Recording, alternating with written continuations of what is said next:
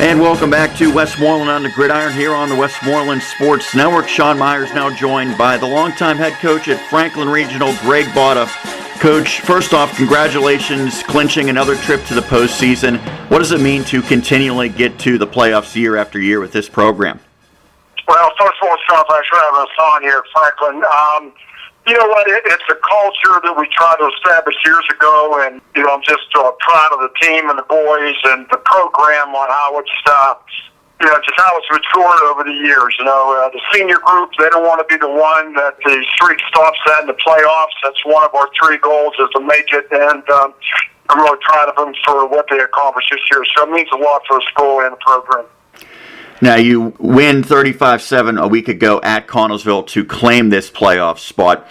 Talk about what stood out from that game. It seemed as though your running back, Zach Gordon, really had a nice performance. Well, this game is it's a three-phase game, and our special teams did extremely well. We ran the first opening kickoff back to about the 20 from the 1-yard line. Zach had a good game offensively. We didn't punt at all the whole game, so we had good field position, and the defense, they hung strong. The only part of the game that I think really fell apart was the field goal. We got blocked and ran back about 40 yards, and then they scored on a reverse. Overall, we played a very, very sound football game. It was probably the best three-phase we played all year. And, in order to continue winning, we got to do that against a tremendous McKeesport team. Well, people see Connellsville and they look at the record and think the Falcons aren't a very good team, but they have a terrific running back in Kyron Craigette. How did you guys perform against him, and what was the game plan to try to minimize his impact? Well, I'm glad you said that, because I think Mark does a great job down there. He's trying to establish, culture. He coached for me for 1 year. He had a number of kids that he told me he had 29 kids up on the board that had played for him at one time, but no longer playing now for whatever reasons. But, they are a good football team. I mean, they got Craigett, and they got his cousin, number 6, number 23. That kid could play almost any team in our conference. The offensive line was big, and it's just, and the quarterback, he's 6'6", he could throw the ball. So, we prepared for, their run game, but also their pass game, and they probably only threw about 10 times. And, we got to him a lot, and then you kind of feel bad for the kid. I talked to him 3 times throughout the game before, one time on the sidelines and afterwards. A great young man. But, they just got to surround him with a little bit personnel up front. And, they were right there on the cusp. They played a lot of teams strong, but for whatever reason, they ended up losing. But hopefully soon Marco will turn that around. Talking to Greg Botta of Franklin Regional here, Westmoreland on the Gridiron. It was a big bounce-back victory for your team on the heels of consecutive defeats, but the scheduling overall has been kind of quirky for your team this year. You had consecutive non-conference games against West Mifflin and Shaler, and then you had that open week unable to replace Albert Gallatin. Has it been a real challenge to get your team focused?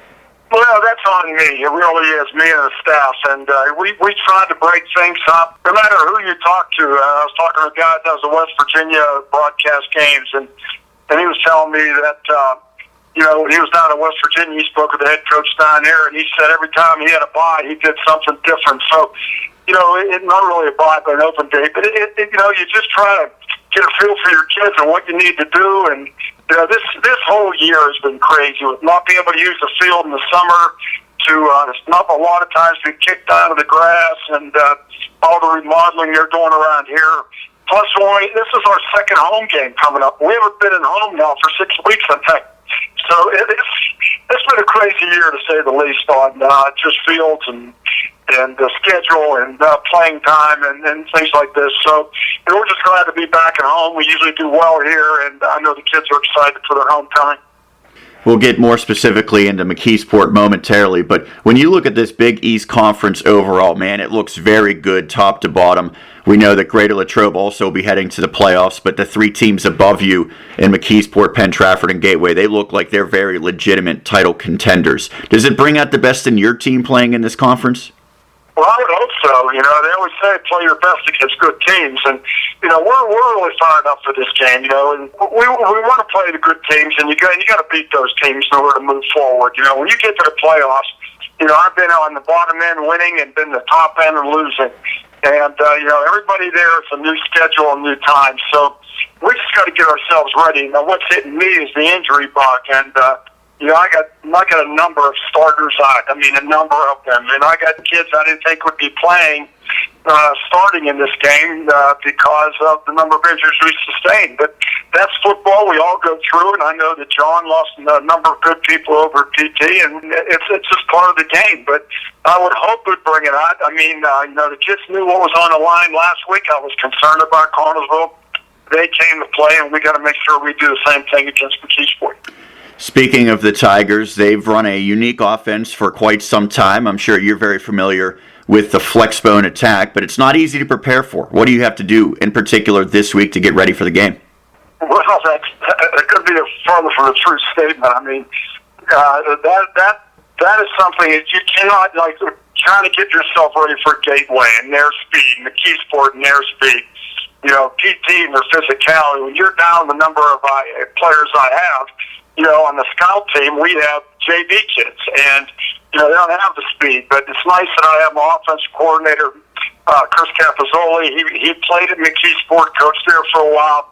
He knows their offense. He's helping me run the offense. We have Colin Johnoff, who played at Bucknell and Pitt. He's going to be one of the wings. So we try to simulate that, not just with our players, but our coaches, too, in order to get up to the speed. And that's something I'm sure all of us, we struggle in that same idea that you got to get, the kids ready to play with scout team players that don't have the ability that a McKeesport team or a Gateway team or a PT team has. But, it's all about preparation. We know that. And, if we're prepared and we follow our assignments and we play physical, it should be a good football game.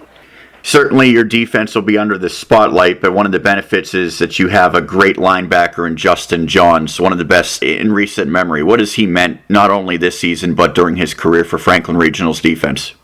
I've been blessed here over my years with linebackers, and, somebody said, you got the next linebacker, with I go back to the early, years with Carter Henderson, but before that, we've had a number two with Brett Sonata and Bryce Lauer, and now Justin. Justin is a very quiet player. I mean, he really is. He's a leader by example. He studies film. He makes sure he's prepared the best he can. He's always looking for ideas to better himself. He got an offer from Air Force. I'm surprised there's not more at 6'1", 235. He's a player. He's going to have a great game. There's no doubt about it. I know we won 2 years ago. Bryce Lauer had 17 tackles. And that's the kind of game Justin has to have. But, he's surrounded by some good people with Panaki and, Pelusi in the front line with C.J. Szewski and, Bronco Block, other linebacker, had a real good game last week, so he needs to play also. Talking to Coach Botta here of Franklin Regional on Westmoreland on the Gridiron. Your team's headed to the playoffs. What will be the goals once you start the postseason? Well, number one, to win.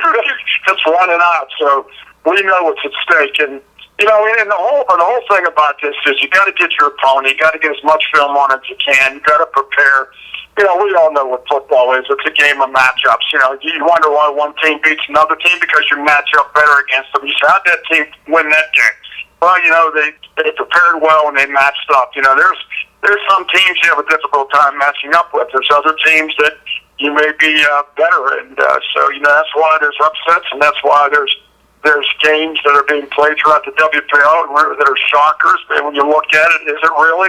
This team has the capability of matching up with those players, and that's what it comes down to. So, getting in the playoffs is good, but you want to go deep and you go as far as you can. And the boys play their best, and you end up on the short end of the stick.